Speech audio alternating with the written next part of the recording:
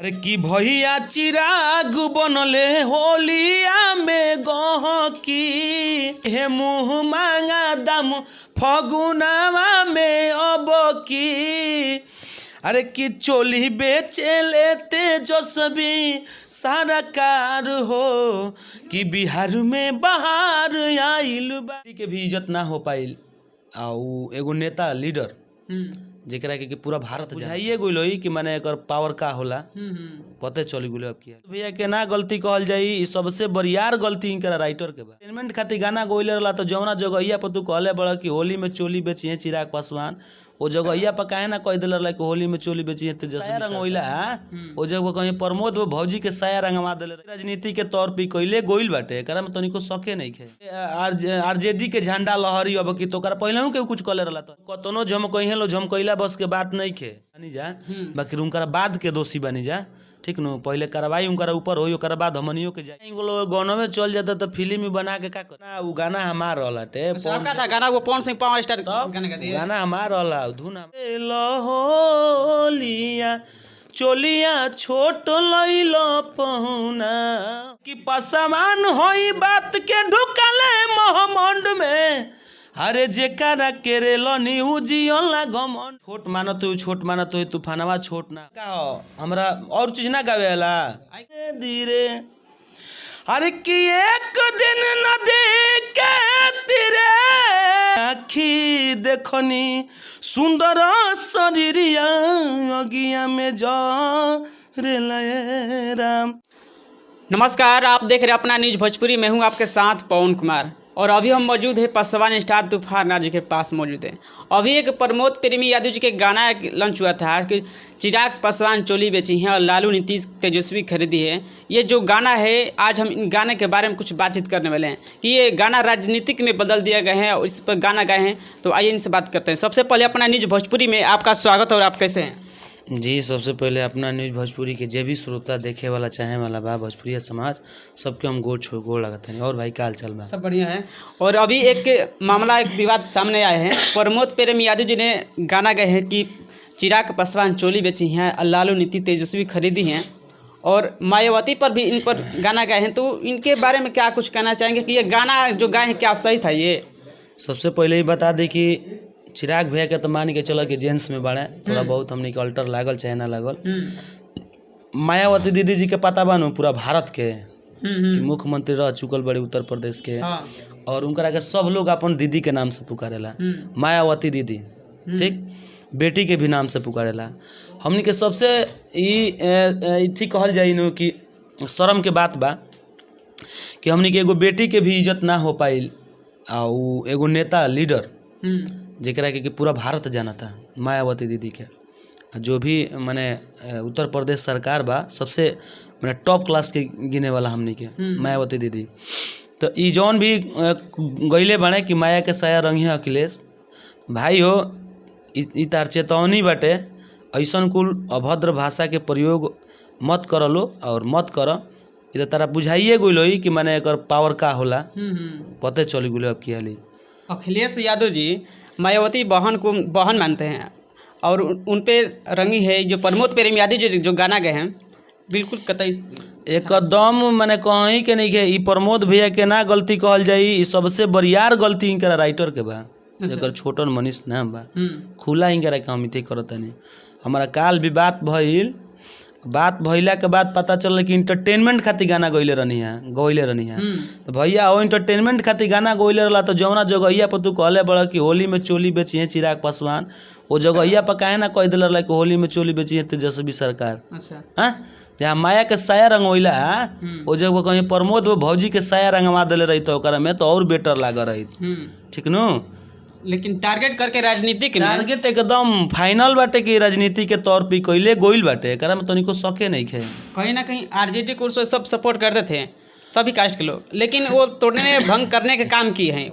इनकरा कास्टवे के लोग इनकरा के बढ़िया कहता इनकरा टीमवे के लोग ना कहता मैं गरियावा तरे सो आके आ जो दू चार गो 10 गो भोचड़ बाड़े सो जो ईरान में अपना का स्टार माना तरे सो कलाकार माना तरे सो एकनी के तो हाल हो गई बाटे एकदम इथी के हमनी के तनी के का बात बतिया तरह से हमनी के तो तनी के गाना गइले बड़ा सुपर तमनी के गाना गइले बने जा तनी के अपना समाज के सुधारस अपना समाज के बोलस हां का गलती कहतनी हम ना गलती नहीं के एकरा पहले ही कमाओ होत रहल हां ना आरजेडी के झंडा लहरी अब की तो ओकरा पहले ही के कुछ कले रहला तनी के ना हां तो ई काहे ऐसे भइल हटे कहीं ना कहीं ये तो नहीं लगता है कि साजिश किया गया है कि इसको टारगेट करने साजिश बा कि कसहूँ हमनी के मार्केट में बाजे के बा 20 से 21 गाना लिखल है लो कहूँ गाना ना बाजल है नो तो ना बाजे के कारण भइल तो कहा कि तनी मनी अलगे कह दिया कि अपन कुछ माल उल मिल जाए कुछ चर्चा में आ जाए हमनी के भोजपुरी इंडस्ट्री में बड़े बड़े कलाकार करते थे पवन खेसारी करते थे अपने में आपस में विवाद होता था लेकिन ये कोई प्रमोद प्रेमी यादव जी ने क्या किया टारगेट राजनीतिक में ना ही अश्लील है ना जातिवाद है ये राजनीतिक में गाना गाए हैं और सभी को टारगेट किए हैं हाँ सभी के टारगेट कइले बना तो यही से अपन व्यवस्था हो गई बाटे पता चलबे कइला कुल गाना वाना मैं उतर गई हटे लाइव में आके भी बोलहूँ के पड़ल है और अभी एक गाना गाए हैं जो कि लालू यादव जी पे है उन सबसे पहले चाहेंगे कि दर्शकों के बीच वो गाना हो ही जाए। क्या करबो भाई जवाब देवे के पड़ी नु हमनियो के अपना जो समाज से बन जो समाज की इज्जत लाज बचावे के बानू जी एकर पहले हूँ तो नहीं कुछ सुनले रहा ना जौन भी हम गावत रहनी है कास्टली गाना सबके पता बाटे कि हमार गाना जब हमारा गाने बढ़िया चल जाता तो हमारा कुल झगड़ा झंझट कइला के फायदा का काम बा।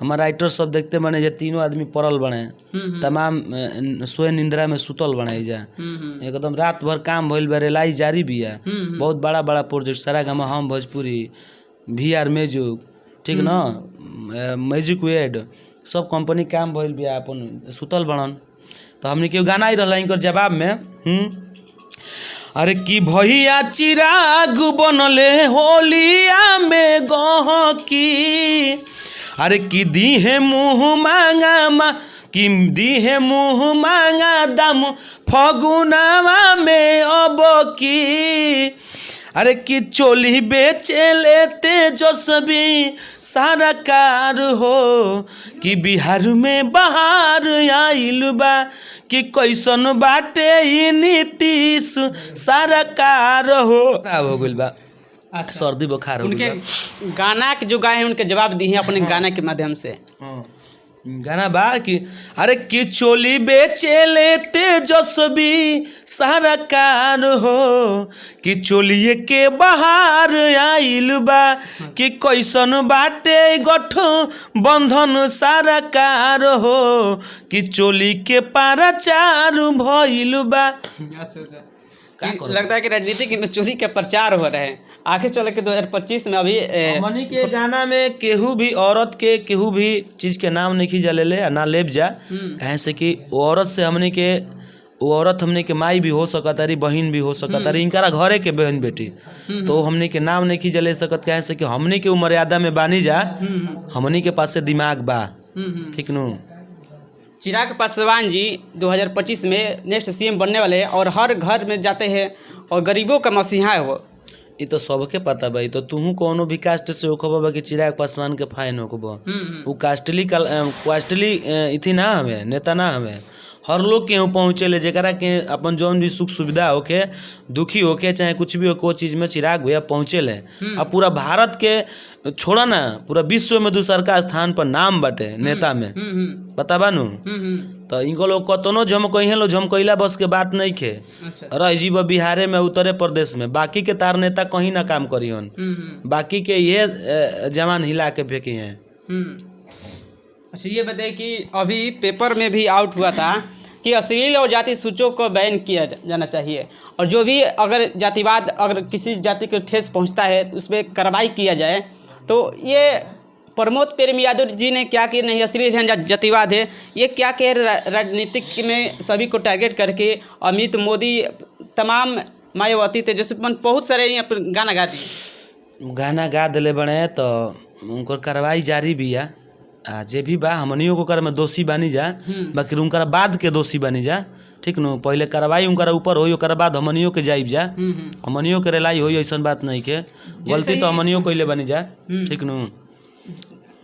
जैसे ही ये गाना जब छूटा उस समय शाम को तो पूरे इस पे FIR भी हो गया हर जगह हर तरह से पासवान हरिजन बहुत सारे था जो कि FIR उसी समय किए और कल भी किए हैं बहुत सारे देखे। देखो तेरे सामने बा जारी भइल बा का होखता अब तो सरकार के राज बिया उन करे नु उ का करी है का ना करी हम करे नु ये देखे बताइए भैया कि जैसे भोजपुरी इंडस्ट्री में इस तरह का अगर विवाद होता रहेगा, इस तरह के राजनीति होता रहेगा तो भोजपुरी इंडस्ट्री में कैसे भोजपुरी भाषा का विकास होगा। और आजकल देख रहे हैं कि भोजपुरी में गाना ज़्यादा इस सब विवाद हो रहा है, लेकिन अब फिल्मों के बारे में बात किया जाए वो सब नहीं चल रहा आजकल। भाई फिल्म से बढ़िया इन लोग गानों में चल जाता तो फिल्म में बना के का करे हैं लोग ये बताओ। इनको लोग गाना में एगो जाता 70 मिलियन 80 मिलियन चोली घाघरा देखा के तो वो फिल्म का करे हैं लोग। अच्छा ये सब देखा ये करे कि 8वीं अनुसूची में ये भोजपुरी भाषा की किया जाए तो क्या इस सब से होगा ये। तो इनको लोग के तो ऐसा लागत है कि 17 जगह अपना मिली इनको लोग का स्थान ठीक नु आ हमनी के दोष देते रहो तो हमनी के दोष मत देस लो ई जो अदिने सुधर जियन लो अदिने हमनी के लोग के पीछे रहब जाए ई बढ़िया गहन तो तनियो मनी ओकर से कम हमनी के बढ़िया गाइब जाए ठीक नु। हाँ इनको लोग के पहले सुधारल जरूरी बा। होली में लागत अटे लोकगीत में लागत अटे कि पूरा बैंडे एकदम खुलल बाटे बस टीपी साटल बाटे तो ये से भोजपुरी सुधार होई इनको लोग का स्टारे बनत रहे लो। पवन सिंह का भी गाना था चलिए पहुना जो। अरे भाई वो पवन सिंह के गाना वो गाना हमार रहलाटे आपका था गाना वो पवन सिंह पावर स्टार गाना का दिया गाना हमार रहला धुन हमार हटे। अच्छा अभी फिलहाल हम सुनबे कहीं है सुना फिर तो थोड़ा सा। अरे की असो के बिगाड़ देल होलिया चोलिया छोट लैल पहुना हो हमारे गोरला। अरे के कारा से कहीं हम दिल के बतिया कि माजा मारही में तुरलस पलंग के पटिया कि के कारा से कहीं हम दिल के बतिया कि माजा मारही में तुरलस पलंग के पटिया मिला लो अब यही से मिला लो। तो एक में सबसे पहले ये कहल जाए कि धुन केहू के भी होको उसे मायने ना रखेला गाना बढ़िया बा बाकी अश्लील वीडियो बाटे एक और बड़ा खुशी के बात बा कि पवन भैया हमारे धुन के मैच कैले बड़े हमारे पर गर्व बा कि हम भाई पवन भैया हमारा धुन के मैच कैले बड़े। अश्लील गाना है और बड़े बड़े स्टार ने ऐसा अगर रोकेंगे नहीं तो कहाँ से ये भोजपुरी इंडस्ट्री में अश्लील गाना रुकेगा ये एकदम। इनको लोग हम खुला ये चैलेंज देनी है कि वो गाना हमारा आई रहा टेकर जवाब इनको लोग के पास से बात तो देश लो याद बनू। अरे कि पसमान होई बात के ढुकले मोहमंड में अरे जेकरा केरे लनी उजियला घमंड में। अच्छा कि पता कोले बबी यूपी बिहार झारखंड में अरे जे बारे लाइल को बोजियला घमंड में। फिलहाल वो गाना और बजाता है। अरे कि लहर बा हो लहर बाई जान तू दुनिया सहर बा ए बबुनी बच के रही हो यहाँ पसवाने के लहर बा। अच्छा तमाम गीत आइल बड़ी सन और जब जते खुल के करत रहो तो ये मैटर पावलो हमने के खुल के चैलेंज बा कि जौन तूफानवा कह दीनू तो हम लोग के बस के बात नहीं खे। ये तो औरो पता बा भाई न्यूज लेता रहता ढेर दिन से आवता रह जौन भी गईनी मार्केट में ओकर जवाब क्यों ना दिहलस ना। अरे कि ऊपर चले मरजिए बाबू भगवान के ऊपर चले मरजिए बाबू भगवान के आ नीचे चलेला रंगादारी पसवान के ठीक कि पत्थर कतन ये हमार ये गइले बने एगो कहले मसूरी लाल यादव। अच्छा अरे कि पत्थर पिसाई कबो मैदान होई अरे कि पत्थर पिसाई कबो मैदान होई पसवान के झुका दी कोनो फायदा ना होई। तमाम गाना बड़ी सो भाई आवो जगह पर हे जगह पर आवो। अच्छा तमाम जगह पर का बड़ो। अच्छा अच्छा तो ये बताइए कि भोजपुरी में बड़े बड़े कलाकार छोटे कलाकारों को टारगेट करते हैं कि ये गाना गा दिए ऐसा गा दिए वैसा गा दिए और बड़े कलाकार के पास कोई नहीं जाता है और छोटे कलाकारों को जैसे अभी कैसे चला था ढूंढ चटना बहुत सारा भाई हो जे करा के छोट मानत हो तूफानवा छोट ना हटे तूफानवा के उतना औकात बा कि जितना आई कुल बाड़े लो पवन भैया के सारी भैया के छोड़ के जितना लोग इनको लोग के फैंस फ्लोर बड़े ओकरा से कम हमरो फैंस फ्लोर नहीं के पता बनू। हाँ, पता कि जहाँ भी जाला तहाँ 15-20 गो लाइन लग रहे गाड़ी के 100-150 लोग माने खाली लौके वाला ओकरा बाद 400-500-600 एकदम बिछड़ रहे रोड पर, तो एकरा के हम कम ना माने नहीं। ई श्रोता के हमार प्यार दुलार बा, हमारा समाज के ई गौरव बाटे कि बेटा के पैदा कइले बना लो। वो माई के सत सत नमन बा। माई तो हमारे दुनिया में नहीं की बा कि हमारा श्रोता के माई महतारी बेटी बहन सबके प्यार दुलार बा कि तूफानवा एजा बा। आ एकदम यही तरह गर्दा कबरले रही, एक जोड़ा ना बा। आ केहू के देख के जरे वाला कोनो कलाकार के नीचा देखावे वाला लड़का ना है हम।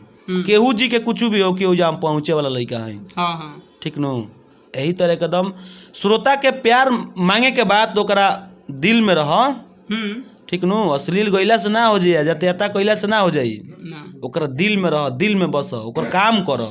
अगर मान लीजिए कि ये सब अगर बंद भी हो जाता तो गाना क्या ए मर्दे बंद हो जाए तो का हो, हमरा और चीज ना गावे वाला आई का है ना गावे। हाँ, निर्गुण सुना दी। अच्छा ल निर्गुण सुन ल, सुनाई। तारा बताओ तनी तबीयत खराब बा, बाकी तबो सुना देता नहीं। वही आवाज में सुनाई जो आवाज में मैं गाना वेला। हाँ गाना रहे हमने के विष्णु ओझा चा के सुन लो कब। अरे कि एक दिन नदी के तीरे जात रहनी धीरे रे धीरे। अरे कि एक दिन नदी के तीरे जात रहनी धीरे धीरे कि हम आखी देखनी, कि हम आखी देखनी सुंदर शरीरिया अगिया में जरे लए राम।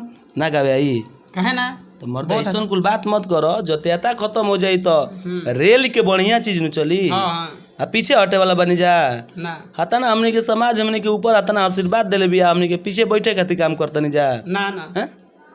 एक से एक बढ़ के अभी गाना हमने के आवता बहुत ब्लास्ट ब्लास्ट तरह के मुर्दा नियन पसरले बन जा। तीन तीन गो राइटर के खिया खिया के साढ़ कइले बनी रहता उनको देही में कतना जान बा। थोड़ा कैमरा में थोड़ा कैमरा मैन से देखा दो पप्पू भैया बाने। तो ये अभी एक जना सुतल बने और सोनू भैया फ्रेश होके गुल बने आवत तरह एकदम गर्दा हुई। जमालू भाई बने इनकर चैनल के गाना गावे के बा। तो अभी ई कुल बात नहीं के ई कुल ओरिया जाई तो हमनियो के नया चीज करे लगब जा। ठीक, हमनी के ऐसा बात थोड़े बाटे कि हमनी के ना गावे आवेला। जौना रेंज में खोजब तौना रेंज में तारा के रेल के दवाई दियाई। सुनला अभी नु निर्गुण तनी अभी तबीयतवा खराब बा ना तो और ऊपर जाई। तो हमार रिलाइज होखेला बहुत टाट। हमार 3 गो स्केले धरे 4 गो आदमी बढ़ाई जा। पहला प्रमोद भैया, दूसरका में हमार गुरुजी जेपी तिवारी, आ तीसरका में चंदन चलते, चौथका में तूफानवे ह। बाकी केहू के रेंज ना धराला। ठीक नु, यही तरह न्यूज के माध्यम से बना रहता नहीं हमनियों के भाई जो तहनियों लोग बना रहो। ठीक बाटे भाई जे भी अपना न्यूज भोजपुरी चैनल के देखता सुनता और भाई के ही तरह प्यार दुलार बनौले रहियो लो पवन भाई के और बहुत हमरा के माने ले। और जे भी न्यूज बा जे भी चलावत न्यूज हमनी के भाई बने लो, जेकर भी जौना तरीका से अपन मार्केट में नाम बाटे वो नाम के एकदम बरकरार हमनी के रखे के बा। जय हो भोजपुरिया समाज।